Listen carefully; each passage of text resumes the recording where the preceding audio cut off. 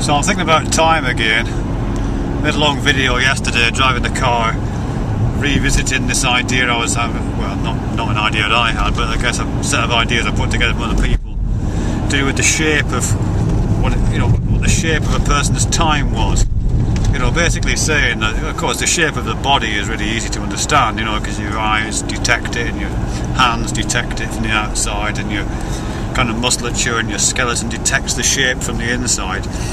So your spatial extension is really easy to detect, but we do also exist in time, but we don't really have the senses to detect it directly. But I think we all feel that, I guess I'm reminded of that bloke Clive Waring that I've talked about before, who's got that syndrome that the guy in Memento's got, where he can't lay down new memories. So he basically exists within a very short time frame. He exists within a 5-second gap of time, and that's it. He's not connected to his own history in that way. And that weird kind of truncation that he experiences in his temporal being, for me, points to the existence of an untruncated state that most of us have, which is just like real life, normal life that we live in. Our existence is that we experience it as stretched over time. That's what it's like. So as I said in that other video, which I won't bore you with because it's so long, it's a particular shape, or at least I imagine it as a kind of shape across the dimension of time, with it being kind of singular behind us because we've only got one past, and it's kind of evident, we know what it is, so it's kind of solid.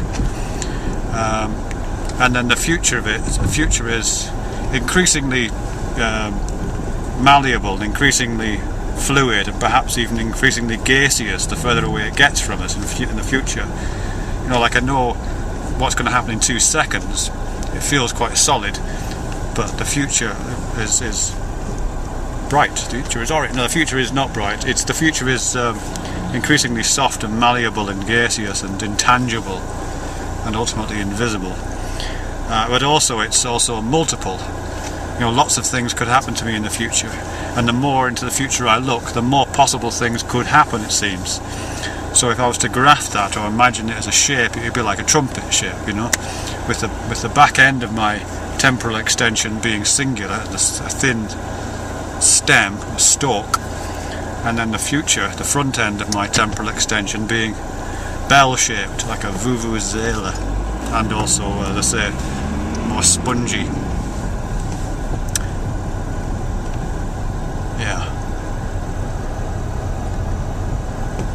Yeah, I suppose the other thing I was thinking about in relation to that was about how,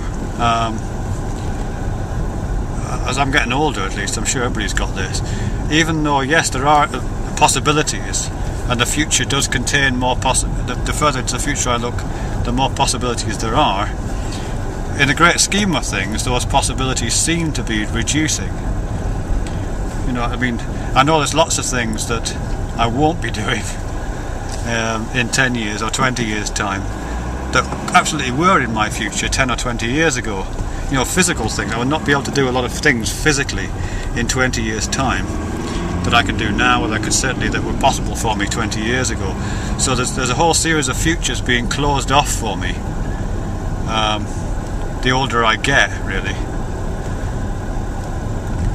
Not partly physically, but also, just in terms of career choice. I will never be a brain surgeon, I don't think. It's highly unlikely.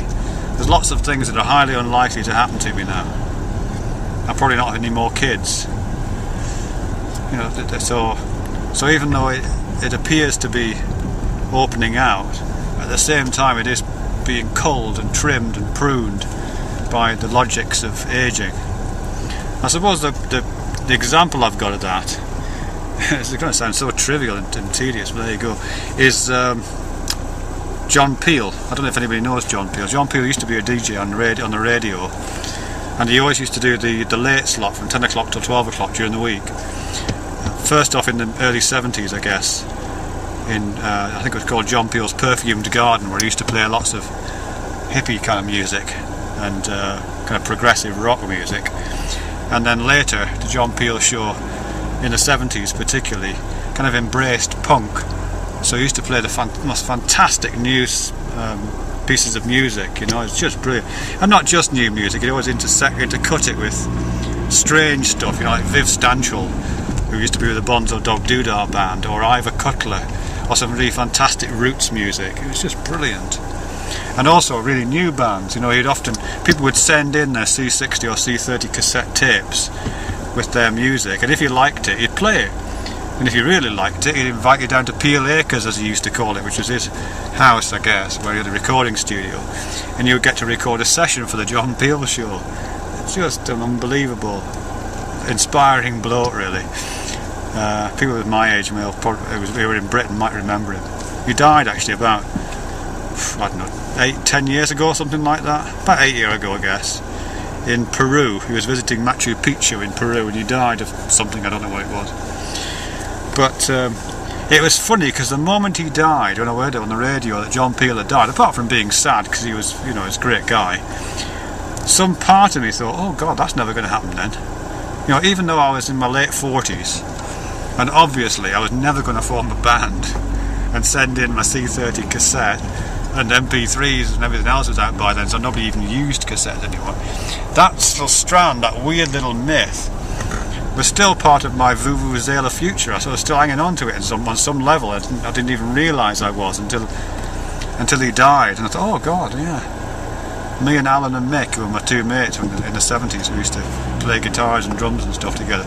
I guess me and Alan and Mick are never going to get that tape together to send to John Peel that we kept talking about. And we're never going to get invited down to Peel Acres to record a session for the John Peel Show. We'll never be in the festive 50. It's weird, you know, because obviously that was 20-30 years after that was even possibly a possibility, but even so, it formed part of my temporal trumpet at the front of my being, in front of my time being. Weird. I haven't quite had a midlife crisis as a result of that yet, not that particular thing, or anything else of that, as far as I'm aware. But it's like that song, you know, the Ballad of Lucy Jordan, Marianne Faithfull's song.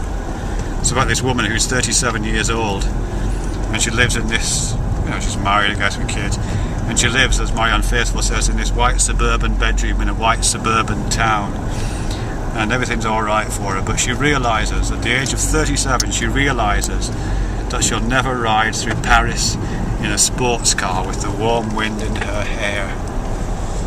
And she has a breakdown in this story.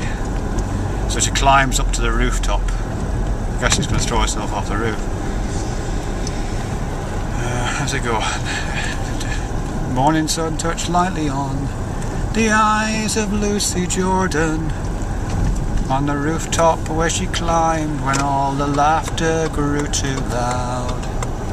And she bowed and curtsied to the man who came and offered her his hand, and took her down to the long white car that waited beyond the crowd.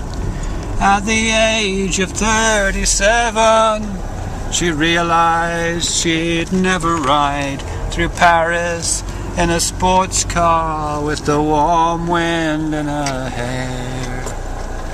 So she let the phone keep ringing as she lay there softly singing pretty nursery rhymes she'd memorized at her daddy's easy chair. And here I am at Tesco's in Redruth, not at Peel Acres, recording a session for the John Peel Show. Oh well.